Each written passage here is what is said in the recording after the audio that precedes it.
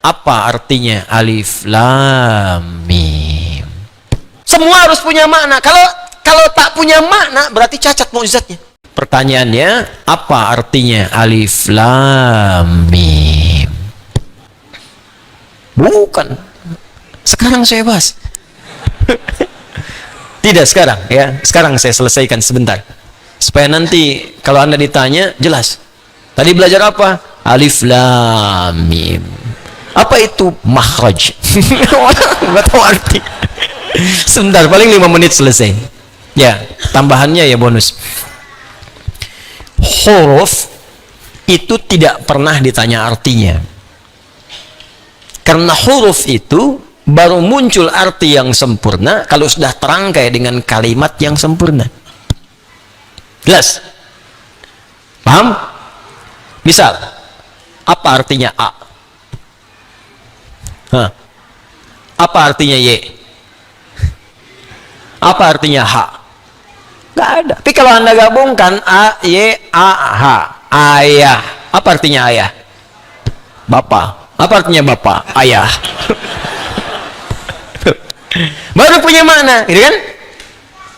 Tapi Al-Quran berbeda. Al-Quran itu sempurna.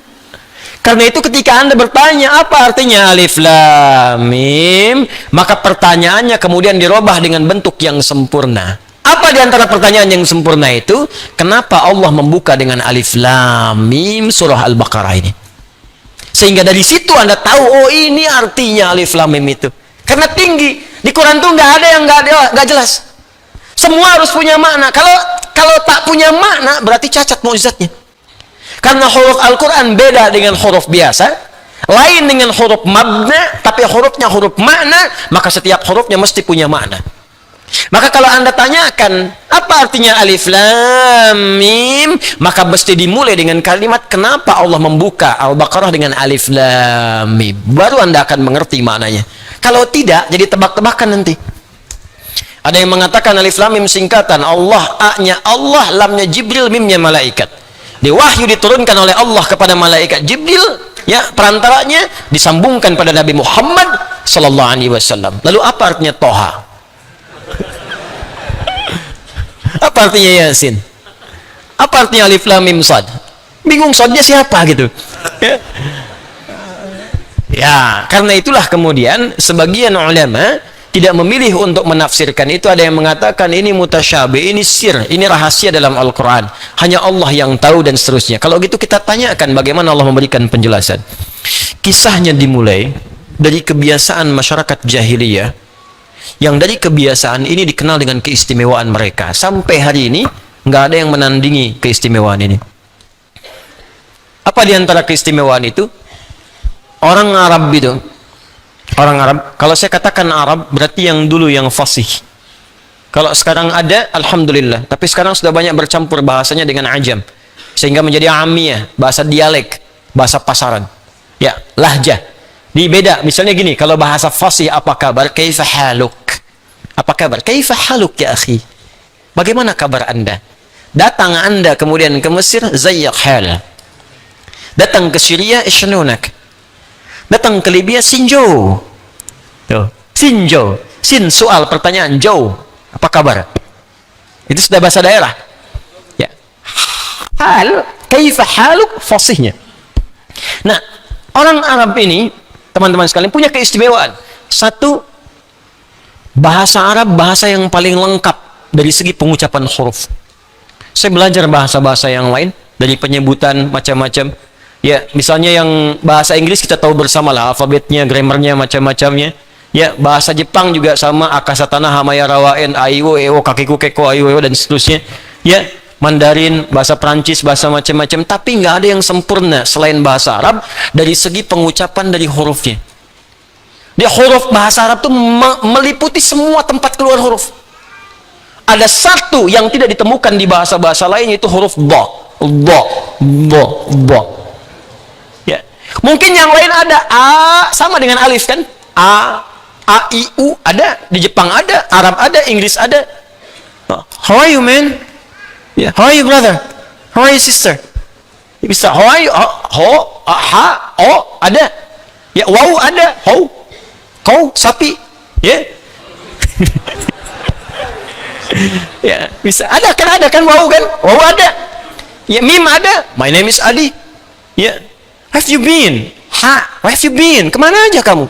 Ha ada. Ba ada. Di kalau Anda mau cari ba ada, ha, tapi bo. Mana tuh? Bo. Bo.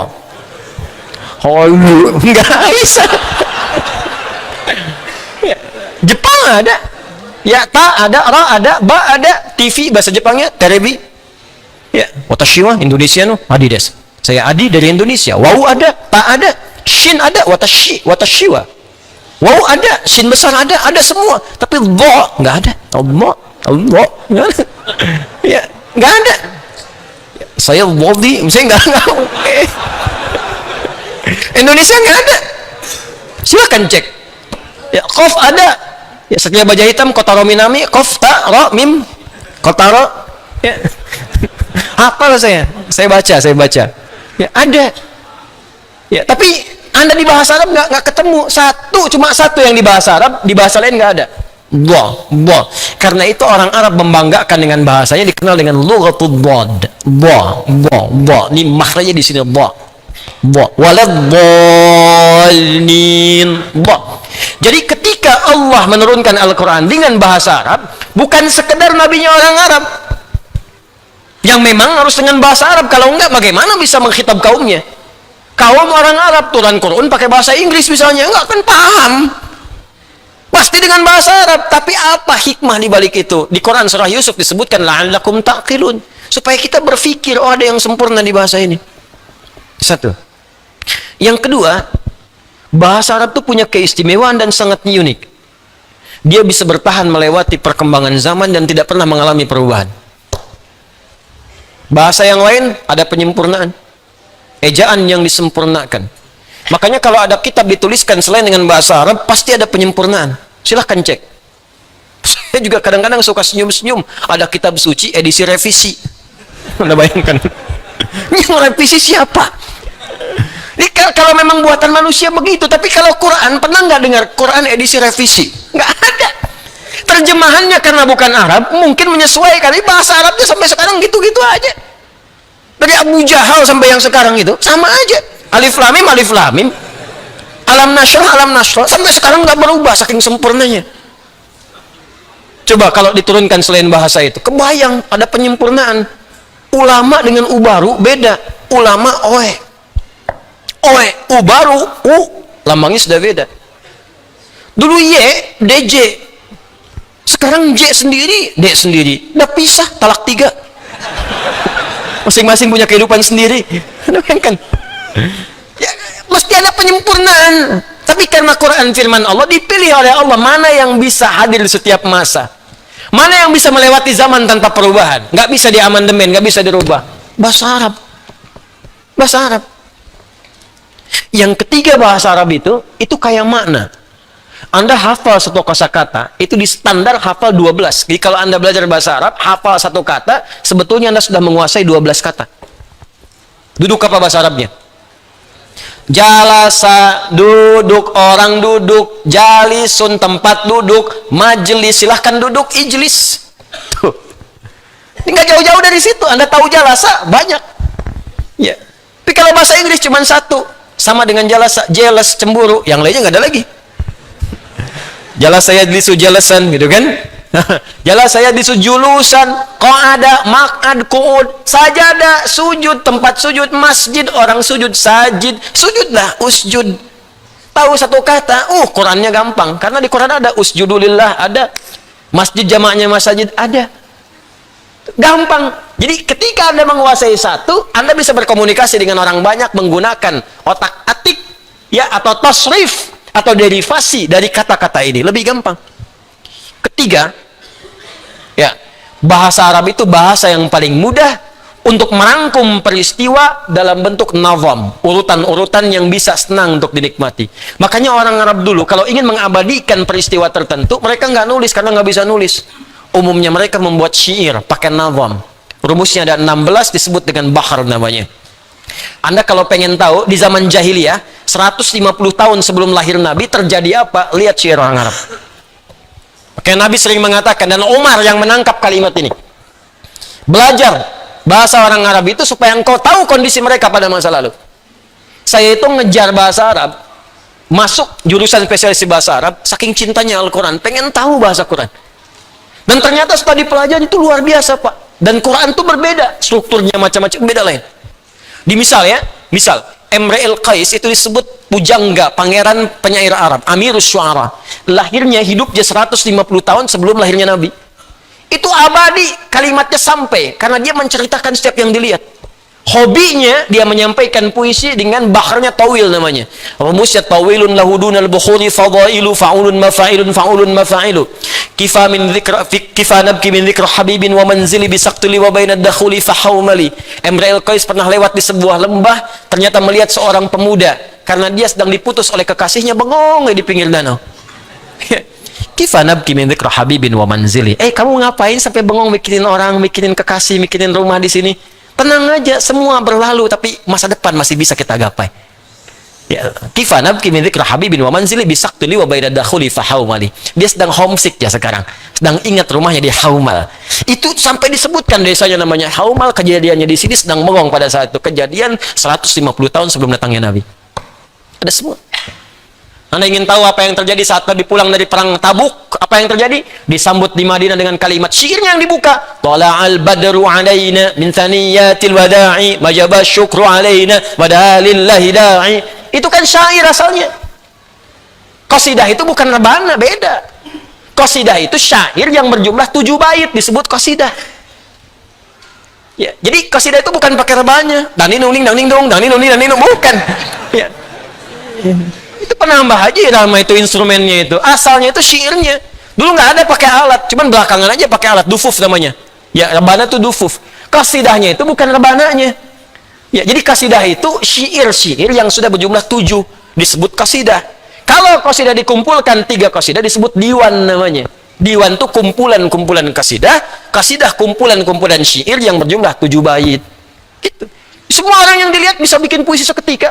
Al-Asma'i itu lihat burung lompat-lompat, burung kecil ya di atas bunga itu, ya bunga yang sedang mekar, di bawahnya ada sungai, itu langsung bisa bikin puisi pakai rojas, mustafilun mustafilun mustafilun mustafilun mustafilun mustafilun. Saya sering bacakan di sini.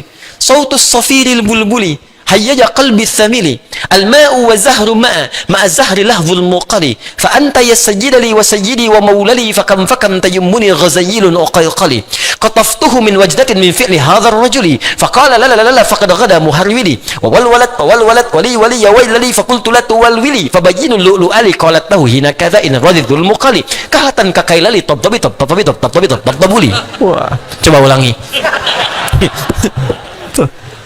Saya aja setengah hidup mempelajarinya. Karena orang bilang setengah mati kan, setengah mati itu sekarat. Itu luar biasa. Ya, itu nampak itu bukan cerita biasa, bukan kalimat-kalimat yang bisa dibacakan tertawa atau senyum belaka, tidak. Itu kisah kejadian, ada nyata. Nyata itu. Di mereka kehidupannya dahsyat, bisa bikin lihat antum aja jadi syair. Ya. Sautus safiril bulbuli, ya pakai tawil aja deh ya, fa'ilun mafa'ilun fa'ulun mafa'ilun fa'ulun mafa'ilun fa'ulun mafa'ilun jalastu fa'ikun kursi fara'aitu fara'aitu ra'isun aswada jalisan amami biqafiyatihi. Ya, misal saya duduk sedang di bangku sedang mengajar, maka di hadapan saya ada sudut kemiringan tertentu, seorang pakai peci hitam duduk depan saya. Ya, fatabassama dhahikan ra'ani, maka dia tersenyum-senyum sambil ketawa melihat saya. Ya.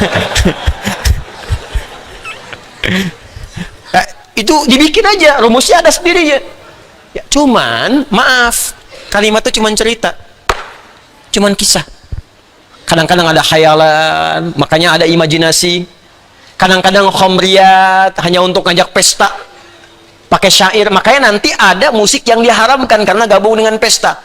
Suatu masa nanti ada umatku menghalalkan musik dengan zina, dengan sutra dan sebagainya. Karena orang kalau datang sekarang ke diskotik, datang ke tempat-tempat hiburan, pakai pakaian bagus, terus ikhtilat macam-macam, joget-joget macam-macam, musiknya nyantu di situ. Itu udah ada, yang sekarang telat.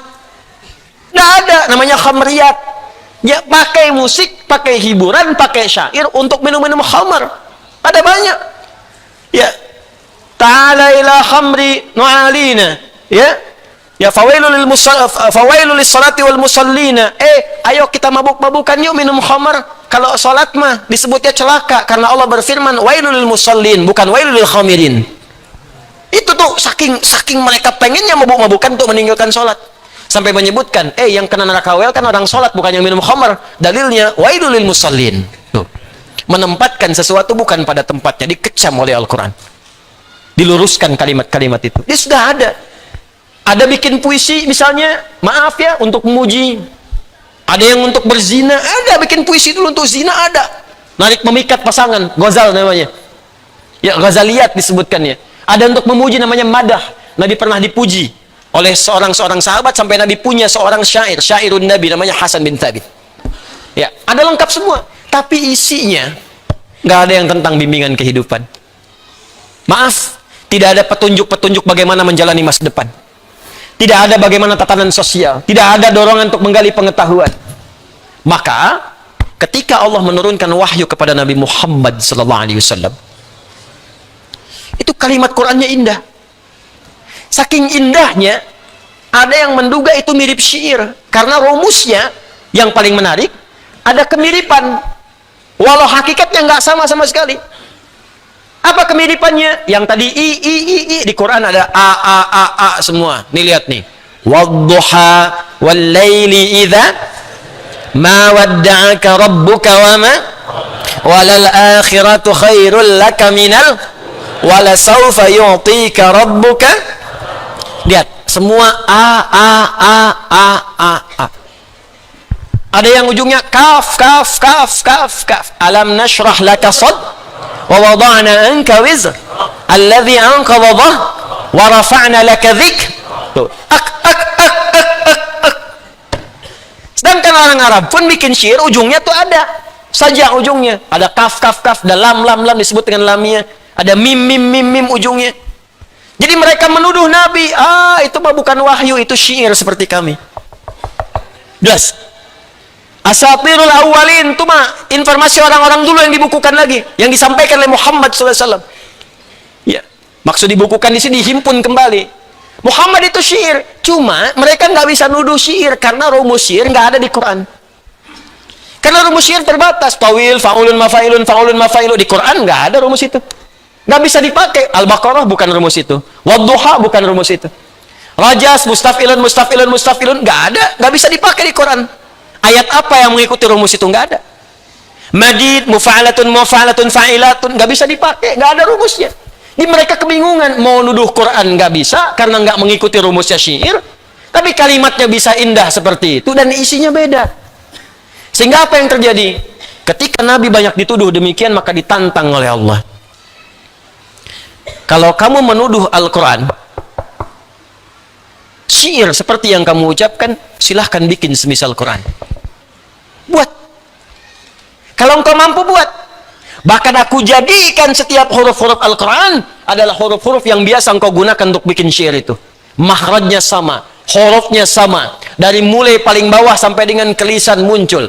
Aku tunjukkan kepada kalian. Aku buka dengan alif, lam, mim. Kalau kalian mampu, bikin yang seperti Al-Quran. Nih, aku turunkan dari makhraj yang sama, dari huruf yang sama, seperti yang kalian buat dari syair-syair itu. Sekarang kalau mampu, dan kalau benar tuduhan kalian Quran bagian dari syair, bikin semisal Al-Quran. Maka itu nanti di ayat ke-23-nya akan ditegaskan tantangan Allah itu. Qul in kuntum tuhibbuna Allah. Itu Ali Imran ayat 31. Ayat 23. Kul. Bukan kul wa in kuntum. Oh, kan jarang ngaji itu. Wa in kuntum fi raibim mimma nazzalna ala fa'tu bi suratin min mithli wad'u syuhada'akum in kuntum. Baik. Wad'u syuhada'akum min dunillahi in kuntum shadiqin. Fa illam taf'alu walan fattaqun allati waquduhan wa'iddat lil. Maka muncul tantangan Allah, ayo buat semisal ini. Jadi alif lam mim dan yang lainnya ketika diturunkan membuka ayat-ayat dan surah-surah dalam Al-Quran, itu salah satunya bermakna tantangan kepada orang-orang Arab yang sering menuduh Nabi Quran rekayasa Nabi, Quran buatan Nabi, maka silahkan buat seperti Quran ini, bahkan huruf-huruf dalam Al-Quran dibuat oleh Allah dengan huruf yang sama seperti kalian membuat puisi-puisi dalam kehidupan kalian itu. Ternyata sampai Nabinya wafat pun tidak ada yang mampu membuat seperti Al-Quran. Ini menunjukkan Quran bukan rekayasa manusia. Ini menunjukkan Quran bukan produk budaya. Kalau produk budaya berarti setiap manusia mampu. Anda bayangkan Abu Jahal pakar bahasa Arab, Abu Lahab pakar bahasa Arab, banyak pakar bisa bikin puisi Arab, bisa bikin qasidah Arab, tapi nggak bisa menyaingi Quran sampai mereka takluk, sampai mengatakan ini bukan buatan manusia biasa, sampai nggak bisa menyoal Quran. Silahkan cek di tafsir-tafsir, nggak pernah ada Abu Jahal bertanya apa maksudnya alif lam mim, apa maksudnya toha, saking ngertinya, saking sempurnanya bahasanya. Ini mereka itu merasa bahwa Quran itu memang luar biasa, mukjizat. Cuman karena mereka iri kepada Nabi, mereka menolak Qurannya. Tapi seiri-irinya, nggak pernah mereka mengatakan Quran produk budaya. Tuh. Makanya Umar yang sangat paham paham puisi Arab, baru mendengar satu kalimat langsung bergetar hatinya. Karena ini bukan puisi, bukan syair. Toha. Ma anzalna 'alaikal Qur'ana litashqa. Langsung syahadat. Karena tahu ada sesuatu yang beda. Maka kalau pakar bahasa Arab di zamannya, walaupun memusuhi Nabi, mereka mengakui Quran itu firman Allah. Quran itu tidak biasa. Dan mereka mengakui nggak mampu membuat seperti Quran. Datang orang sekarang yang nggak bisa bahasa Arab. Bicara aja nggak fasih. Ngerti juga enggak, tiba-tiba mengatakan Quran produk budaya. Berarti ada yang salah, ada yang konslet dalam pemikirannya.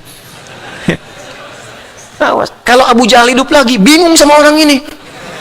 Tumben aku aja nggak ngatain itu, katanya. Hati-hati, karena setan dulu nggak kuliah, setan sekarang kuliah. Lebih komplit setan sekarang itu. Setan dulu cuman diusir pakai ayat kursi, bacain ayatnya, lari setannya. Setan sekarang mesti dilempar dengan kursinya sekalian.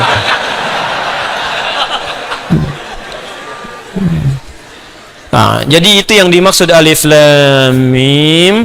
Kenapa Al-Quran surah Al-Baqarah dibuka dengan 3 rangkaian huruf ini? Pertama, menunjukkan mukjizat Al-Quran, bahwa semua huruf Al-Quran itu difirmankan oleh Allah, tidak keluar dari kemampuan kita manusia untuk mengucapkannya. Karena itu seluruh hurufnya itu bersumber dari sifat pembicaraan kita sendiri, dari kemampuan kita untuk bertutur. Karena itu setiap manusia pasti bisa baca Al-Quran. Karena semua huruf Al-Quran keluar dari tempat kita berbicara. Karena itu nggak ada alasan. Mustahil manusia nggak ada yang bisa baca Quran, mustahil. Pasti bisa. Karena Al-Quran firman Allah yang saat difirmankan ada fitrah dalam perangkat tubuh kita untuk bisa mengucapkannya. Karena bersumber dari semua tempat keluar huruf. Paham? Satu. Yang kedua, Allah ingin menegaskan kepada semua makhluk bahwa Al-Quran bukan rekayasa Nabi Muhammad SAW. Bukan produk budaya, bukan makhluk. Ingat, bukan makhluk. Al-Quran firman Allah yang berbeda dengan karya manusia. Kalau Anda masih tidak percaya dengan itu, silahkan buat semisal Al-Quran. Kalau orang dulu pun yang pakar di bidang yang nggak sanggup, apalagi Anda yang nggak tahu itu. Itu bahasanya. Kalau Anda tak percaya, silahkan gali dulu. Pahami dulu isinya. Belajar dulu. Baru Anda akan temukan bahwa ini bukan karya manusia, tapi kembali kepada Khaliq, kembali kepada Rabbul Alamin.